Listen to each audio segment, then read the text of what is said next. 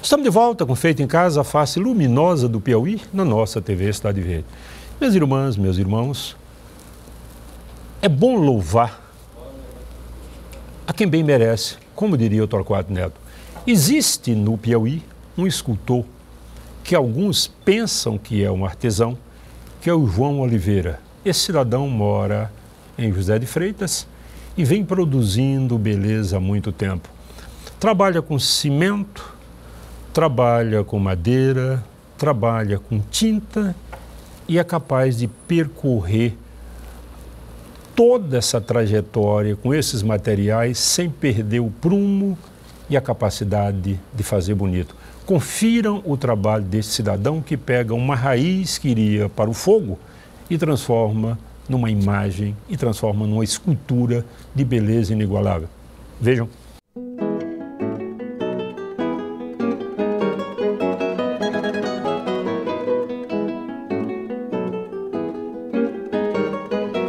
Minha irmã, meu irmão, você poderia imaginar que essa montanha de troncos retorcidos aqui nesta casa, na varanda dessa casa, poderia ter outra utilidade que não fosse o fogo? Bom, são raízes, troncos de árvores, algumas com alguma nobreza, alguma coisa como pau-d'arco, mas a maioria árvore aqui mesmo da região de José de Freitas. Pois nós vamos ver agora o que um artista é capaz de fazer utilizando como matéria-prima justamente esses troncos que iriam para o fogo. Nós estávamos ali vendo aqueles troncos e de repente observe o que aconteceu aqui. Um tronco retorcido daquele começa a ganhar forma. A escultura não está pronta ainda, evidentemente. O que você tem aqui é uma figura abstrata em que os próprios defeitos da madeira, o que havia de imperfeição, os buracos, o que havia de queimado, isso é aproveitado para produzir a beleza de uma peça que é única. João, quando você pega um tronco desse, cheio de defeitos, brocas, queimaduras, você imediatamente já imagina o que pode tirar daí ou vem por acaso? Na verdade, eu não acredito no acaso, não é por acaso. Primeiro eu faço toda a remoção do que não vai servir. As brocas, a madeira branca, a parte que o cupim deu uma interferida. E aí sobra exatamente o que a natureza me proporciona. Esses orifícios aqui já vai ajudando. Aí, se alguém me pergunta, o que vai sair aí, João? Eu digo, ainda não sei. Eu vou viajando nas formas aqui vai sair um bumbum aqui, um seio aqui lá. E exatamente essa obra, bem que nesse instante você perguntasse como é que vai ser a finalização aqui. Você digo, aí não tem uma resposta, porque não é uma obra exata, não é algo acadêmico. Ou seja, não é à toa que chama-se surreal, né? Yeah. Como vocês entendem da arte. E aí, professor, o que acontece é isso, eu aproveito os defeitos da própria madeira, né? Porque aqui são troncos antigos, troncos velhos. E tira proveito E aí tiro proveito disso, fico brincando na imaginação aqui e eu me divirto, sinceramente, me divirto muito mesmo. O João vai contar como é que nasceu o escultor. Diga lá, meu irmão. Pois é, eu conhecendo a cidade de Canindé, até então eu nunca tinha visto alguém trabalhando, fazendo escultura, e me deparei com um escultor pela primeira vez na minha vida. Naquele momento não tive dúvida, eu precisava ir àquela viagem. Quando eu vi o escultor elaborando lá uma peça, eu pensei comigo mesmo, sei fazer sim, com certeza. E não é que ele me perguntou, você sabe fazer isso aqui? Eu fiquei com vergonha de responder, mas respondi que sim. Recebi logo em seguida a bronca do meu pai.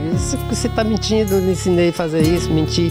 Aí eu olhei para a mamãe, pisquei de olho e ainda disse assim, sei fazer melhor que ele. Olha a ousadia.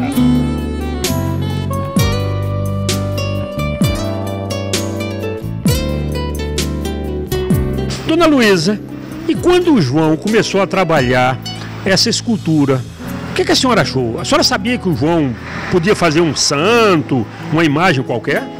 Não sabia não, mas ele riscou essa tabinha. Um dia eu estava rapando mandioca no carro do forno, assentado em cima dessa tabinha, viu? Aí quando eu me levantei, disse, mamãe, você viu o que tem aqui? Eu digo, não. Aí ele foi me mostrar um risquinho, só ele que fez sabia, não é? Sim. Aí ele guardou para colar assim. Ele disse, mamãe, aqui um risquinho assim, tudo, eu sem saber o quê. Aí ele trabalhou nela, aí escondia, ninguém via nem onde estava. E quando foi um dia, ele chegou, pegou ela, trouxe aqui em Zé de Freitas, só para serrar ali. Sim. Mas as outras coisas ele fez tudo na faquinha. Sim, uma peça acadêmica. E os escultores do Piauí fazem muitos. O Piauí tem toda uma tradição de santeiro. Mas o João saiu daqui. Ele começou aqui, mas ele foi adiante.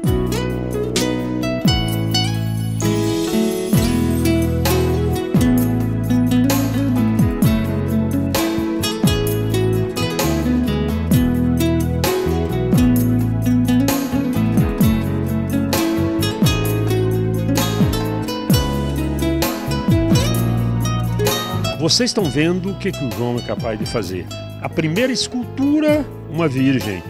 Está terminando uma aqui, está em fase de acabamento de uma virgem em madeira de umburana. Isso aqui é umburana de cambão, umburana de espinho, umburana de abelha.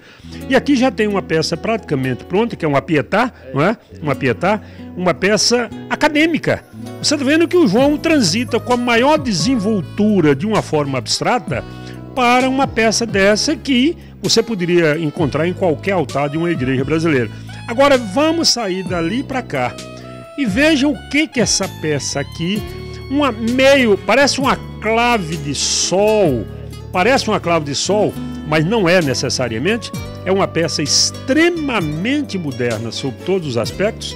Isso poderia figurar em qualquer galeria de arte do Brasil. Olha cá, a quantidade de peças que o João tem aqui. Aqui ele respeita um pouco a anatomia, a figura humana ainda aparece como não aparece aqui, mas ele já distorce e cria uma percepção nova.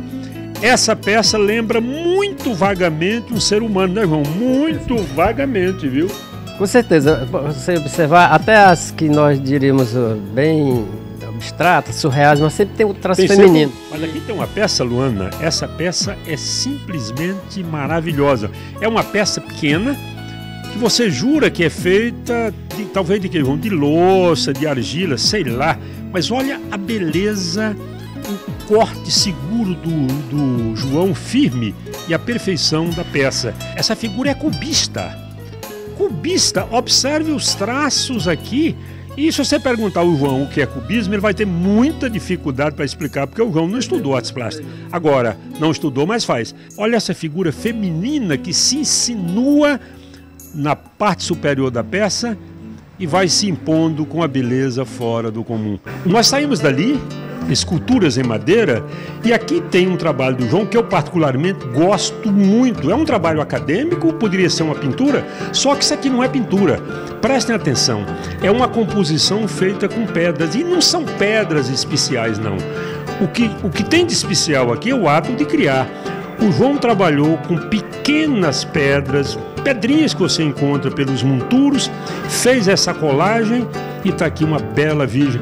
Essa aqui levou um tempinho para fazer, não é? Com certeza, professor. É numa média de 6 meses. Que ele é um acadêmico conservador, com a figura bastante limitada do ponto de vista artístico, ou seja, o João transita. Aqui o João já trabalha com formas mais abstratas, um pouco de surrealismo. Tem momentos que você vê aqui alguma coisa do Salvador Dalí.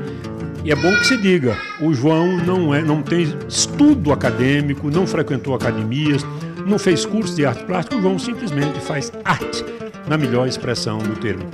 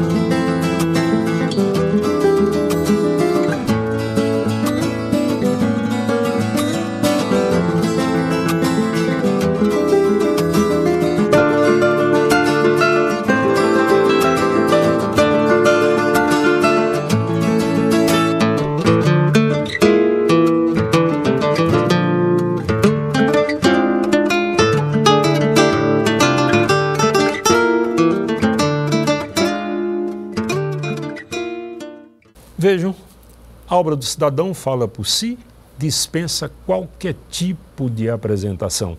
É fantástico o trabalho desse moço. E agora vamos para o Cadeira na Calçada conversar com a cidadã francesa Sylvie Debs. Bom dia, minha querida. Sinta-se em casa, por favor. Obrigada. Bem, prazer. Essa jovem senhora se dedica a um trabalho extraordinário. Ela trabalha com uma rede de instituições que protege escritores perseguidos em países.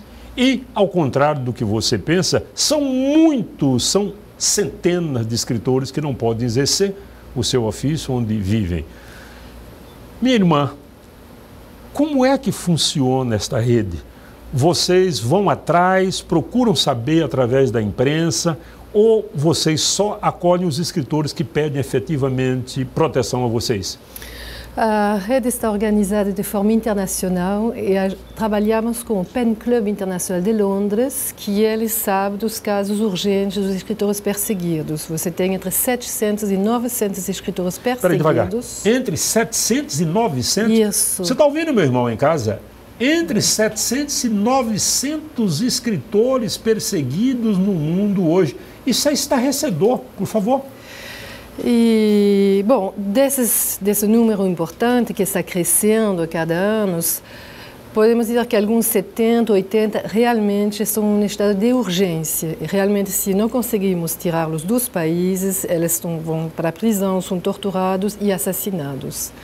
Então, trabalhamos junto com o Pen Club Internacional para medir qual é o grau de urgência e trabalhamos com as cidades que já fazem parte da rede, porque essa rede já existe desde 2006 e temos 40 cidades, a maioria delas estão na Europa, sobretudo na Europa do Norte. E como precisamos de mais cidades, achava que pode ser uma coisa interessante para trazer essa rede para o Brasil, que já tem também essa tradição de hospitalidade, de receber estrangeiros.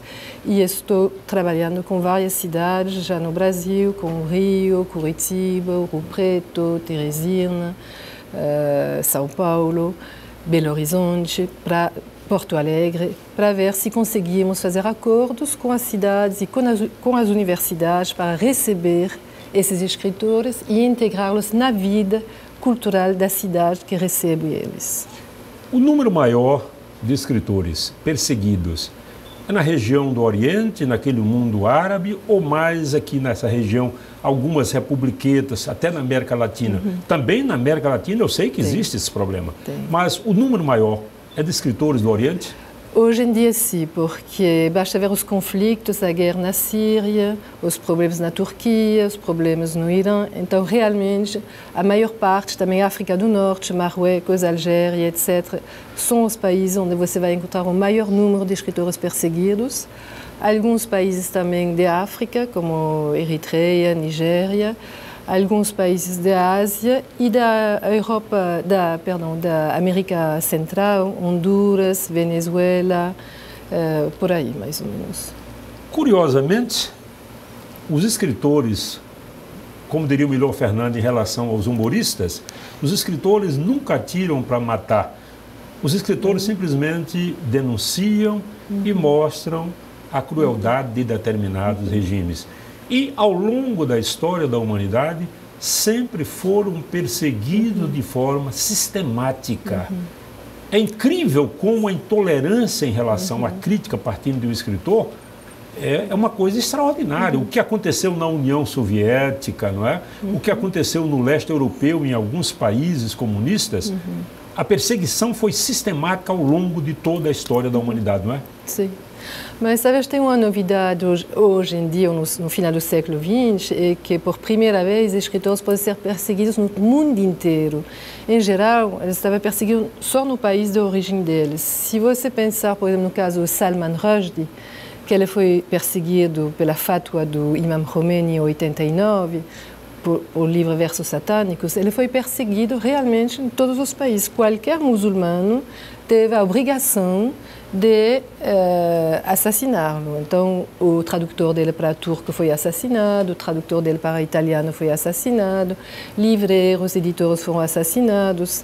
Então, é uma novidade também com a rede hoje em dia, né, com a internet, facilita também essas perseguições. Então, cada vez vira mais difícil proteger esses escritores com esse movimento assim mais global.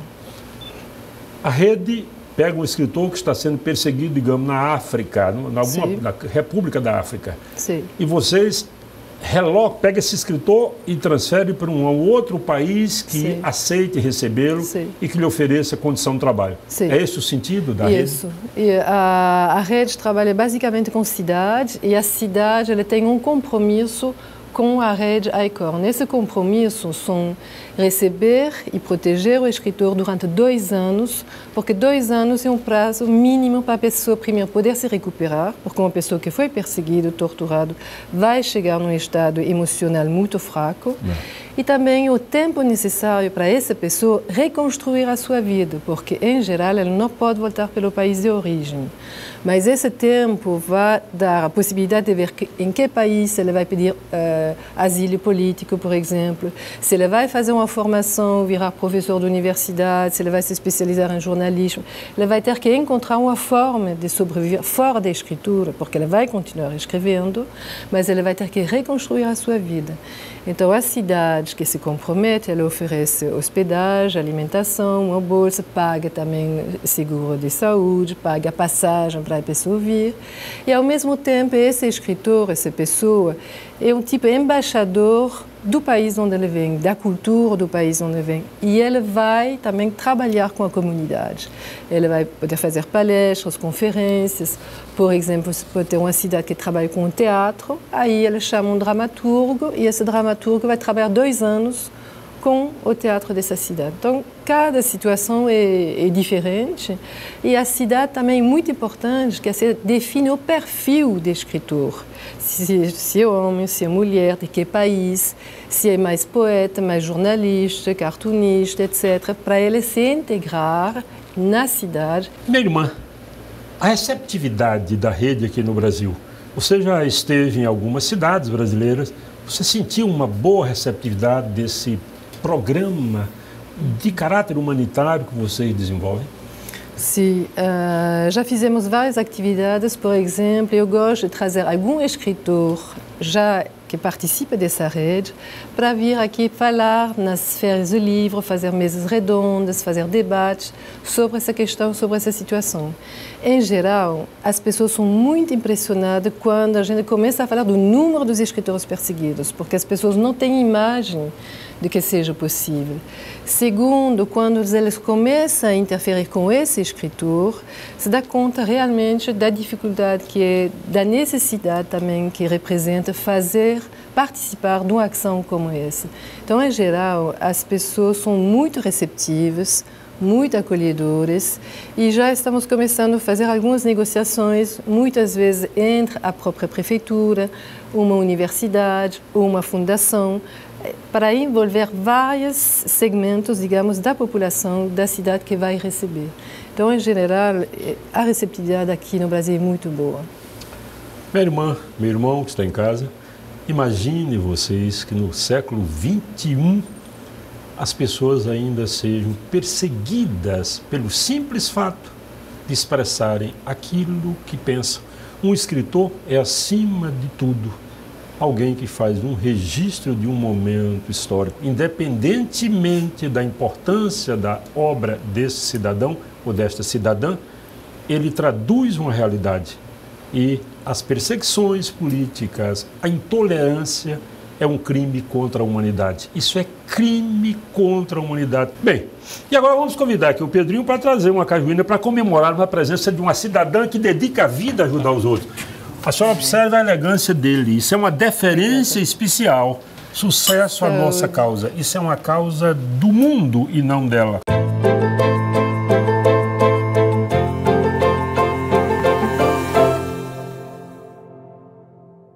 Minhas irmãs, meus irmãos, uma novidade aqui no nosso programa.